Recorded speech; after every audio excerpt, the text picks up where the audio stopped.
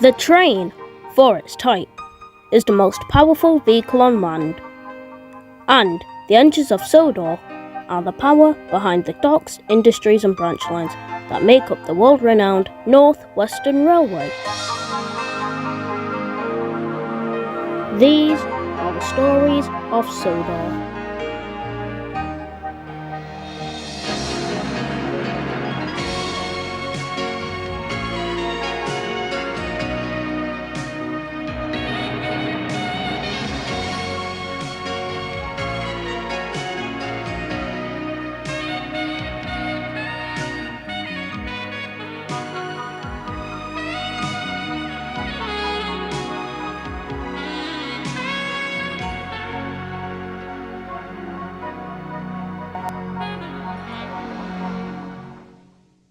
"1965 was a very hard time for us engines. Some of us were lost, including our number one. Brendam Docks was damaged by the munitions disaster, and the Kildane scrapyard was destroyed. It was full steam ahead for us engines to rebuild everything. However, something that was harder to rebuild was our mental state.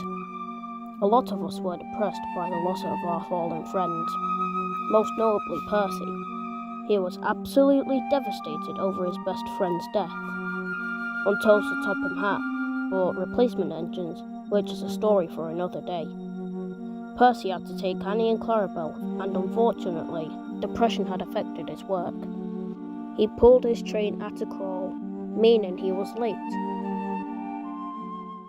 95, 96, 97, 98, 99, 100, 101, 102, 103. Okay.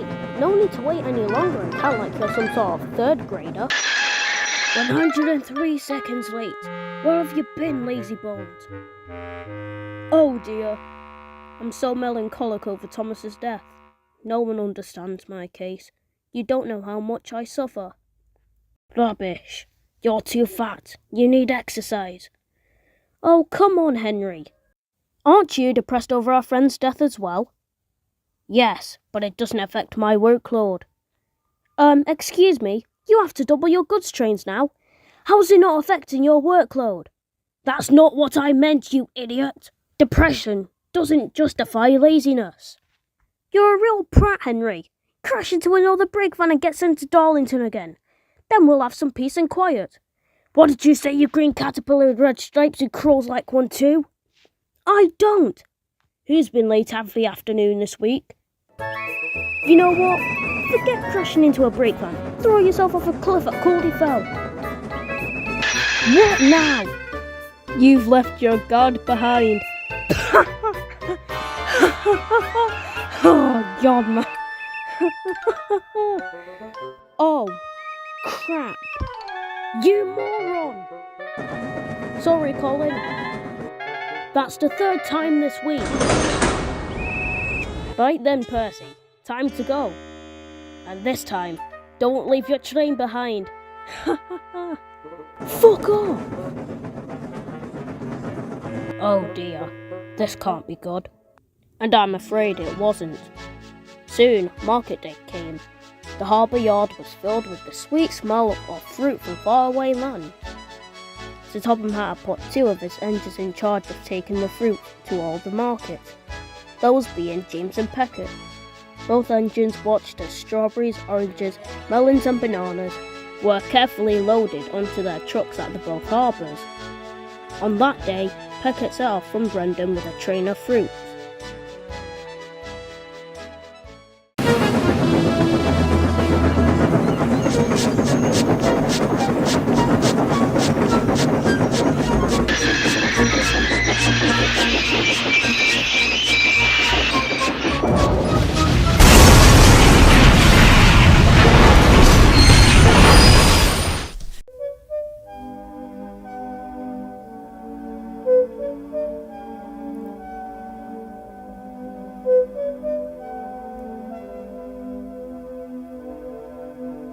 How's the situation? More to worry about than being covered in fruit. Your driver has a few cracked ribs from jumping clear, but your fireman didn't jump in time, so he's pretty injured as well. At least they're alive. What do you mean? Peckett's guard. Bruce Wayne, was it? Is he okay? No. He's dead. No. Yes. You crashed into the brake van, killing him. Did he have a family? I don't want another sabotage of a child of a killed guard. He did have a fiancée. Not again! Why did you crash? I wasn't paying attention. I feel so miserable over Thomas dying. I see. I'm not a licensed therapist, so I can't really help you. But I know someone who can. Really? Yes. Sir Topham Hatt has ordered some new engines as replacements, and Mickey's is already here. I'll take you to the works. Oh, hello, Edward. What are you doing? Just getting a repaint. I heard there's a new fire and rescue chief. Where is he? Looks like you spoke too soon. No, I don't believe it. Is that Albert? Why, yes it is. Hello, Edward. Long time no see, eh? Why, yes indeed. How are you, old boy? I thought you were a shunter. Yes, I was. But when I visited Soda in 1951, I saw Mickey putting out a fire while shunting. I was fascinated, so once my visit had ended, I went back to my old railway, and a month later, our old fire and rescue chief had died. And what made it worse was that she was my wife, and we had tied the knot the literal day before. Apparently, she had an extreme case of metal fatigue. She was coughing a lot during the wedding. She told me she didn't clean her smoke box, and that was why. But it wasn't. All it took was one crash at a sharp bend, falling on her side, and she was out. Oh dear, that must have been rough. Wait. Hold on a second. When did you get married? October 1951. I thought marriage between non-faceless vehicles became public in 1958. On the island of Sodor, maybe. But in August of 1951, Emily visited our railway and told me about her relationship with Henry and how they were married.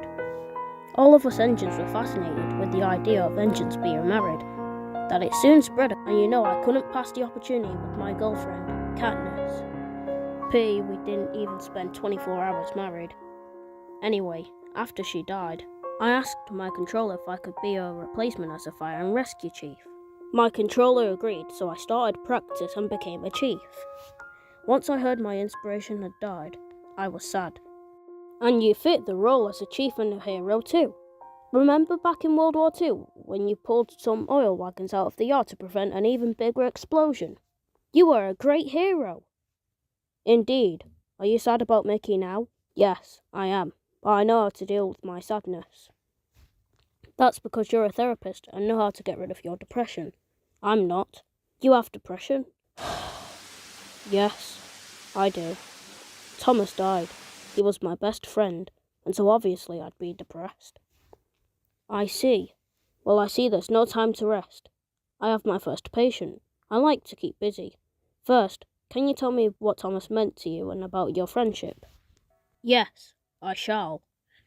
We first met in 1934 when I arrived. Quite unexpectedly. He, along with Toby, were the ones who showed me the ropes, and Thomas even gave me a full tour of his branch line. He was my dearest friend, because he made me the shunter I am today, and was kind, but still cheeky and sometimes mischievous with miserable middies. But he always meant well. One night in 1965, Benson bumped a munitions van that caused fire due to ammunition being tampered with. It blew up Brendam Harbour. Thomas had a fuel tanker, and a massive fireball shot in the air and landed on Thomas's tanker. He died a hero by pushing it. I tried to tell him to leave it, but once he did, the tanker, it blew up, taking him with it. Though he did survive the explosion, he did not survive his injuries. His body was taken to Barry Island scrapyard in Wales.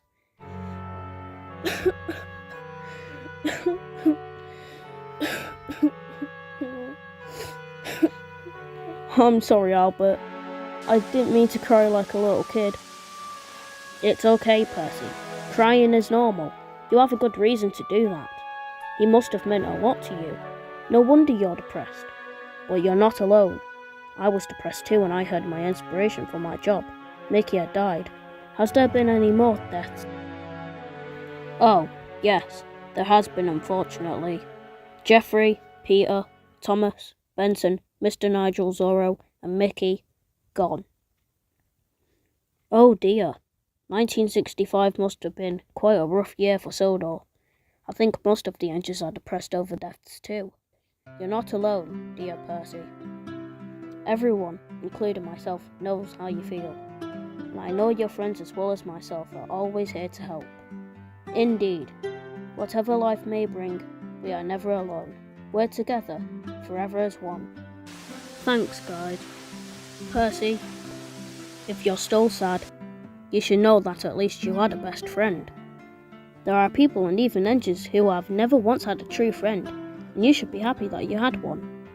And I've met Thomas before, and I know he was a good man, so he must be in a better place right now. Yeah, he's happy where he is now, in heaven, leaving me miserable over his loss. Don't feel sad because he's gone. Be happy he's in a better place right now. When you're sad about Thomas, say these words and you'll feel better. Huh, that's some good advice. I feel a little better now. Thanks, Albert, but I'm still miserable. When I crashed into Peckett's fruit train, I killed the guard. Because of my depression, it's led to murder. I get it. You feel very bad for your accident. Yes! All because I was so careless being melancholic about my dead best friend, it led to me killing a fucking guard. Fuck Benson for murdering my best friend, leading me to killing a man. He should be burning in the deadliest stage of hell right now.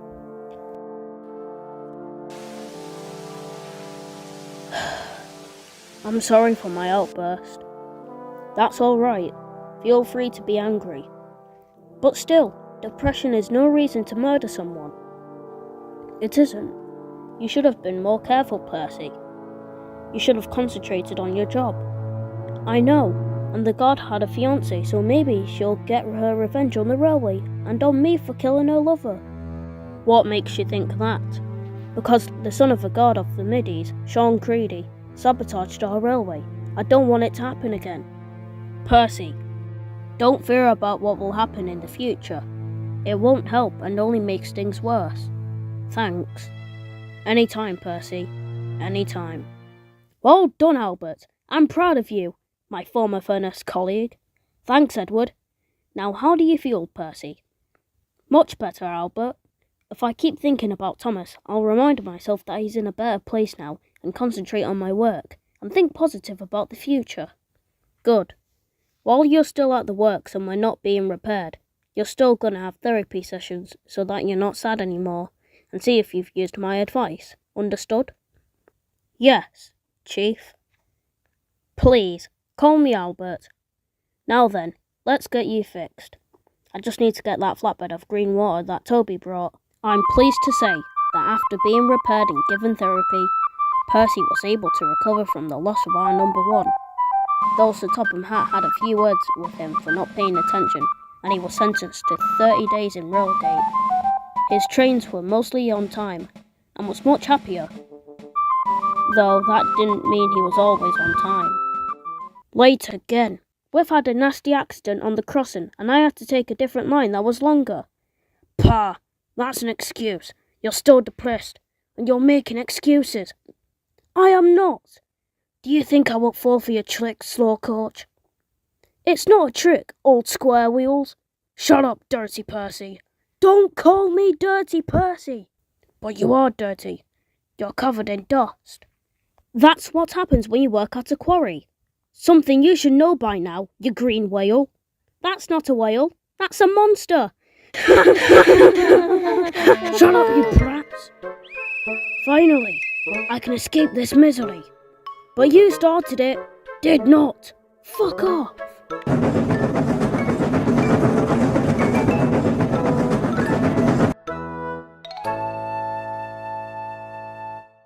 What are you doing here, Whiff? I crashed at the crossing near Marin. I have to stay here for a while. So Percy wasn't lying. What? I thought he was making an excuse and thought he was late because of depression, but I guess he wasn't. I owe him an apology. All right, Henry. Time to be filled with green water. Finally, I can escape this miserable day for a couple of hours and be put to sleep. Thank God for that.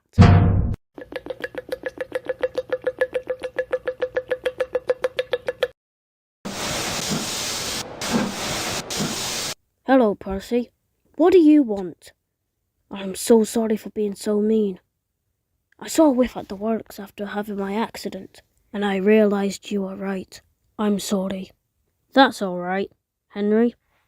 I am pleased to say that after that, Henry and Percy were friends again. As for Albert, he was a great replacement for Mickey.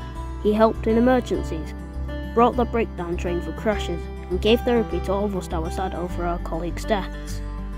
We all knew that most of them were in better places, and sooner or later, the other replacements would come. But that's the story for another day.